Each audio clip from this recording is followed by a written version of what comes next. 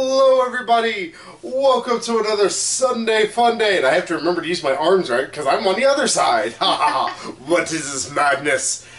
Yeah, Megan sat down first because I was still doing stuff downstairs, and like, hey, I'll just sit here. Well, yes, as you can see, we are back with Sunday Funday of the Dark Tower. We're real quick. There might be a Detroit review, though it's going to be a solo review with just me, because it's a 2.5 hour long movie, and we didn't really have time to see it last night. Yeah, especially since it was like at 11 o'clock, and I'd worked I'd worked that time beforehand, and was like, I really don't want to go to see a 2.5 hour long movie. That you're going to be falling asleep in. Yeah, I knew that would just be me paying for a 2.5 hour long nap. Being like, that movie's great, I think. All 5 minutes of it I saw. So yes, instead we went to go see the non-intellectual film based on the Stephen King series of the same name, or the Gunslinger Chronicles, I think is what they're called, or something like that. But they're part of the Dark Tower series.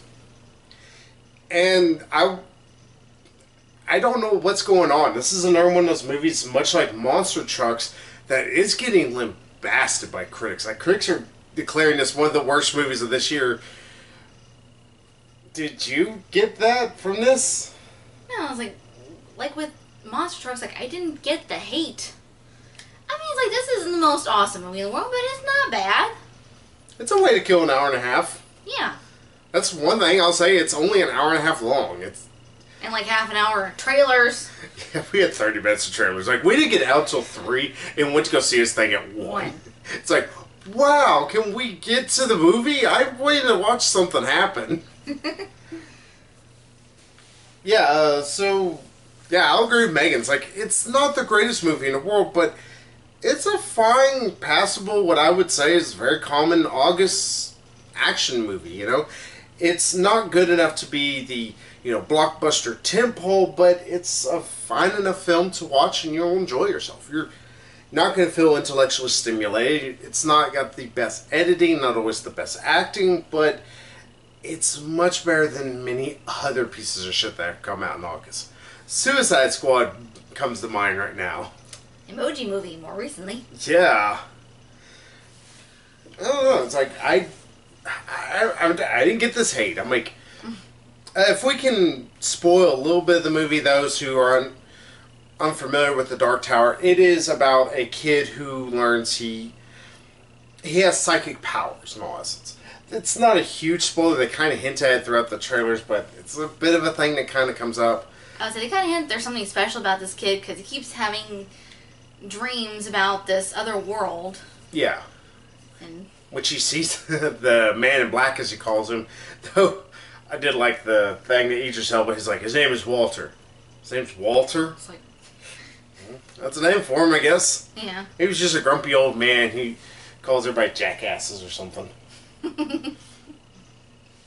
Yeah, Matthew McConaughey was hamming it up as per usual, and it worked, being that he was a bad guy.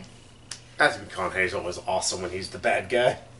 Yeah. When he chews that scenery, he's got the perfect inflection. Alright. Yeah, that's perfect inflection for being a villain. A perfect deep, not quite deep South, but deep Texas accent. Those who are from Texas like us really know these kind of accents. In fact, I know some of your family kind of have these accents in a way. Mom's side or dad's side? Your dad's side. Well, they are in San Antonio. Yeah, exactly. But it's one of those that they're really nice. He seems like the perfect guy who would bring you a pie that has a bunch of arsenic in it. Here's a pie.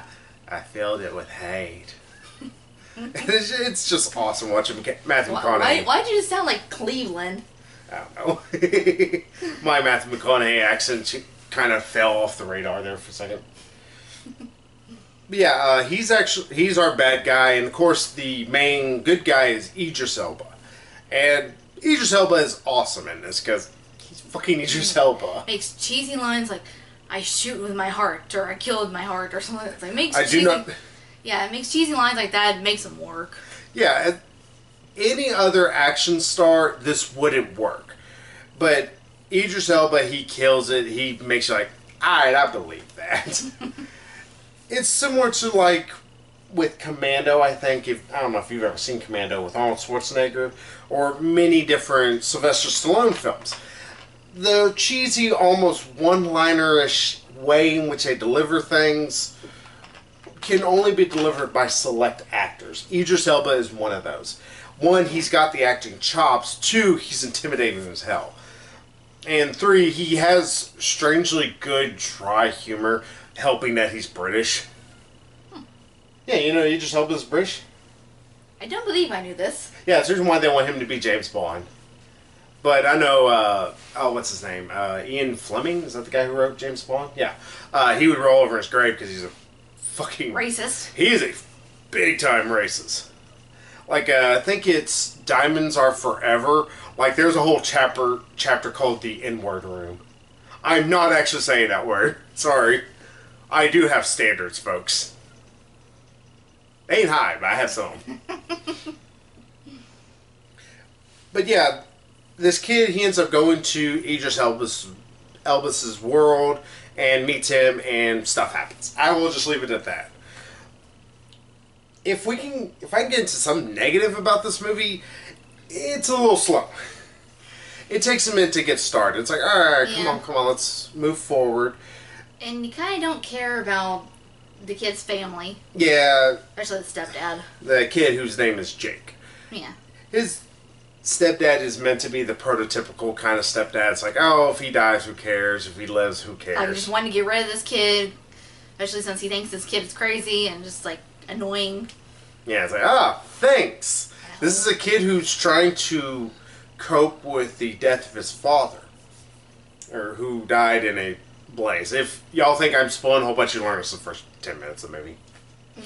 Yeah, but it's like he's trying to cope with it, and after that, I'm guessing they're trying to hint that that was a trigger for his powers, or as they call it, the shine, to start coming out, which is neat. And I do like that this is also a little bit of a referencing to other Stephen King novels. Because in The Shining, I do know this much, the reason why it's called The Shining is it's hinting upon that kid's powers. He has psychic powers called The Shining. Or they call it also like The Shining in the movie, but still, I know in the original novel... It's called Shine. Yeah. And in fact, that's a lot of things that constantly get brought up. I think Stephen King really wanted to connect these worlds all together, and he did it kind of well with his Dark Tower series by seams of it. You take the 1408 reference. Yeah, I didn't hate it. I was just like, God, thanks. Yeah, at one point they're going through this portal. 1408. Just remember that number. Thanks, guys. Yes, to activate these portals, like, you have to know the specific numbers. Mm-hmm. Like, there's 1919 and 1408 and, like, 1611 or something. Yeah. Something like that. And I will say, this builds up a really interesting world. I want to see a sequel to this. Because I'm like, I want to see what more. They hint at a lot, and I have a feeling there's a director's cut of this movie. It's about 2.5 hours long that I really want to watch. Because, one, there are some editing problems here and there. Like, sometimes they just spout exposition or just toss it at you, and you're like, alright, I bet there was a better explaining scene here. Yeah. But I felt like it got cut up and left on the floor. Like, fuck it, let's just do this. Excuse me. But I'm curious about this. I'm like, ooh, what else? I'm more curious to learn about all these other worlds that are, not give too much away, like, are all kind of connected by the Dark Tower. Yeah. Well, actually, I kind of explain it really quickly in the novels, if I'm not mistaken. I know a little bit about the novels. I haven't read the actual Dark Tower series, though I'll say this movie makes me want to read it at least. See what's going on. I've read a few Stephen King novels. I've read 11/22/63, which was good, even though it went completely off the rails at the end of that book, and I was so confused. Carrie, which I thought could have been good, but Carrie was one of Stephen King's first, and you could tell. It's like, oh, come here, Stephen, come here. Let me give you a hug, buddy. But yeah, I'm curious about that. I want to see another film. Unfortunately, I'm pretty sure we're not going to, because they're saying this movie's not going to do good and everything. Maybe, who knows? Because it seems interesting enough. curious, where else is this going to take us? What other worlds are we going to see? Especially with the idea that they can hop around through them. Yeah. Editing is a bit of an issue. The story pacing's a little bit of a problem. That's the reason why I said it's a little dull at the beginning. I mean, it takes a little bit to start. Yeah, but once it starts, it really kind of throws you a little deep in, but it's not like... It at least throws floaties towards you to try and help you out a little. Alright, you fucking wailing asshole, here. At least you won't drown completely. But I don't... Like I said, I don't get the hate. I mean, maybe some people who are very big into the novel are like, this didn't do this messed up that. Eh. Well, it is a little bit like westerny, a little bit sci-fi. Mm-hmm. It's like maybe people don't like sci-fi and westerns, or maybe don't like them together or something. I don't mind them. I mean, I'm not a big fan of westerns, but I did like this movie. Mm-hmm. Well, I can see certain little...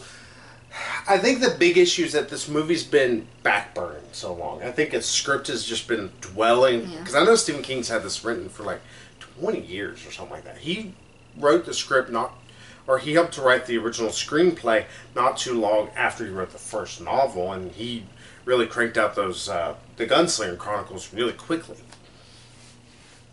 And you can tell, though, this movie's or the original novel, the source material, inspired certain things, such as Cowboys vs. Aliens, which is a silly premise that somewhat works despite the ultimately dumb reason why the aliens are actually there. Because, it doesn't take itself very seriously. This whole series doesn't feel like it takes itself super seriously. Everybody's a little dramatic, but in the perfect cheesy way. And that's just what I see. I see an 80s action film. An 80s Western action that's trying to do something fun. Like Romancing the Stone, in a way. If that makes sense. Yeah, it's like Idris Elba when... Jake brought him to our world. Some of his reaction to him. He's got a knife. Yeah, he's a chef. He has a knife. He pulls his gun. It's like, he's a chef. Eating a hot dog. What is this? It's a hot dog. Savages. What breed? No. Yeah, also there's one thing they kind of mentioned, and this isn't like a spoiler, but it's actually kind of interesting thing, is that they mentioned that Idris Elba's guns are actually forged from Excalibur. Which I was like, I like that. Pretty much he's descended from King Arthur. I was like, that's kind of neat. Yeah. At least that world's version of King Arthur's like, that's cool. That's the reason why I'm like, this is building a really, really cool world. Sure, it's... I want to know more. Especially, continuing the adventures. I won't spoil too much. Yeah, I want to see what happens with Idris Elba. I want to see what goes on with Roland. What more stuff does he do? But like I said, it's all they need to do is punch up the writing maybe a little here and there. That's part of what bothered with the pacing. And also be willing to let the movie breathe. It's a problem that also plagued Great Wall, which ironically enough was another Chinese heavily ventured film in a way. This also was very Chinese production heavy. Like, you could tell there was a lot of producers who were behind this that maybe English wasn't their first language. That's cool. I don't mind. But they're a little bit more action. Story will come last when it comes to action films. It's a little bit where they don't quite know how to bridge the 80s awesomeness that was fun with the better tone that we have nowadays, an idea of, alright, let's make an Expendables movie. I'll eventually show you the Expendables. You'll love those. Especially the second one's probably the best out of the three. Third one's the weakest. First one's still pretty good, though. If you say so. I know so. We'll see. So, more you want to say about it? Or any other issues you've had? Or anything you loved that you need to talk about? No, not particularly. Nothing that particularly loved that we haven't already mentioned. Nothing that I particularly hated. Yeah. I can't think of a single thing that I hated. I mean, it's like the stepdad and even the mom was kind of annoying. It's like, it just... They're just kind of there, though. It's like, they're kind of prototypical way of how characters were written back in the 80s, which is when I want to say Glenn Slinger was originally written, the novel. Yeah. That's part of the issue with adapting an older book that was written a little bit more for its era than today. If you don't update a whole lot and really mess with it, some of the things are going to come off dated. But minor, it's nothing that's going to break you. You're not be like, oh god, worst characters ever. 0 out of 10 stars. Yeah, it's like I said, I enjoyed myself. I had fun. I wouldn't say I need to see this every day for the rest of my life, but I enjoyed the hell out of it. Not enough to really own it. So something that's maybe cheapy bin. Yeah, I might buy it, if it's on sale for $10. Yeah, why not? Mine. It's not a bad movie. It's a perfectly passable, decent movie that stumbles here and there, but when it does get things right, it gets them rather well right. So, what would you get this as a total score? I'd give it like a 7. Well, Megan's stealing from me because I thought the exact same thing. Stealing my thoughts, woman. Reading your mind. Yes, exactly. Or maybe I'm implanting my thoughts into your head and making you think they're your own. Now you're just acting like Zach Galifianakis off of Dinner for Schmucks. Yeah, this is a perfect 7 movie in a lot of ways. That it's got some good bits. You're not going to walk away from this. My life has changed. My whole outlook. I want to direct movies in this fashion or anything like that. But you're not going to hate this at all. You're going to enjoy yourself. I mean, if you're a hardcore Dark Tower enthusiast who wants it to be exactly like the novel, you're going to be upset. I'm pretty sure. Good. Even though I haven't read them, I do know they've obviously cut a lot from a 400 or 500 page book. And they did have to update some things, like the GPS on the phone. Yeah. It's like they did have to update that. But yeah, like I said, good movie. If you have seen what's already came out and you're curious about Dark Tower, I would say you're not going to be disappointed. Are you going to love it? No, I don't think so. But are you going to hate it? No, I don't get that. Like, worst movie ever. I don't get critics. I'm like, did we watch the same movie? Yeah. But of course, these are the same assholes who tried to say War for the Planet of the Apes was so astoundingly different. All I can say was different was a damn gorilla was riding a horse. I'm still not getting over that because it was hilarious looking. Just But yeah. So that's Dark Tower. If I can, I will have a Detroit review for y'all tomorrow. It just depends on how times are, because it was already having funky times. Like I said, there was one at 11, and the other one there was like 2 other showings before that. One was at 10 in the morning. I'm like, oh my god, no, because I work. And the other one was at like 2. I'm like, no, still working. So maybe Detroit will be tomorrow. It's going to be solo. It's just going to be me because Megan's got to work tomorrow, unfortunately. I don't think Megan wants to wake up early just to go see Detroit. Yeah, I work nights. Yeah, Megan now works where I used to work.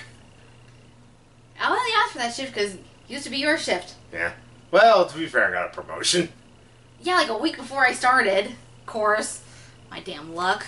But yeah, if there's not a Detroit review, I guess we'll see y'all next week. Well, I will probably see you next week. If I can, I might try and see about getting a friend of mine to help me review Annabelle Creation, because I really don't want to see it. She's a huge horror movie fan. I know Megan doesn't really want to see it. I really don't want to see it either, because I laughed at that trailer so much. And I'm like, I'm going to be so terrible. So, we'll see. Annabelle Creation should be next week. If not, I might try and sneak something else in. It's like, here, we're going to go see this. Like I did that last year when I went to go see, instead of... what was the name of that movie? With the one girl who was created and... like Jennifer or something like that. It was one name movie. And it turns out like she was evil and she was killing She started killing people. I can't remember. But yeah, instead of that one, it's because he plays the saddles. I'm like, fuck it. Let's honor Mel Brooks. Or not Mel Brooks, Gene Wilder. Yep, there's his name. I say, as far as I know, Mel Brooks is still alive. Yeah. He's like a million years old, but he's still kicking. Yeah, thankfully. So yeah, next week will be Annabelle. Yay. So, I will see y'all probably next week. So, bye-bye, everybody. Bye-bye.